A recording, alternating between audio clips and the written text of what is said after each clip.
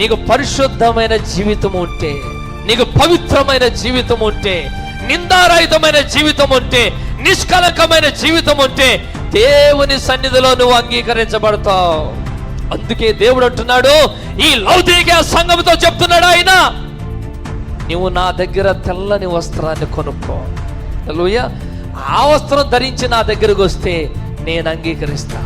ఆ వస్త్రం ఇంకెవరికైనా లేకపోతే ఈ మధ్యాహ్నం దేవుణ్ణి అడుగుదాం, ప్రభువా యెహోషువ యొక్క వస్త్రములు మలినమైనట్టుగా, మైలు పడినట్లుగా, మురికైనట్లుగా నా జీవితం కూడా ఉందయ్యా. వెంటనే దూతకి దేవుడు చెప్తున్నాడు, ముందు ఆ వస్త్రాలు తీసేయండి, అతనికి ప్రశస్తమైన వస్త్రాలు ధరింపచేయండి. తప్పిపోయిన కుమారుడికి తండ్రి ప్రతిష్టమైన వస్త్రాలు, నీతి అనే వస్త్రం, రక్షణ అనే వస్త్రం, రోజున ఆ పరిశుద్ధాత్మ అనే వస్త్రాన్ని దేవుడు నీకు ఇవ్వబోతున్నాడు.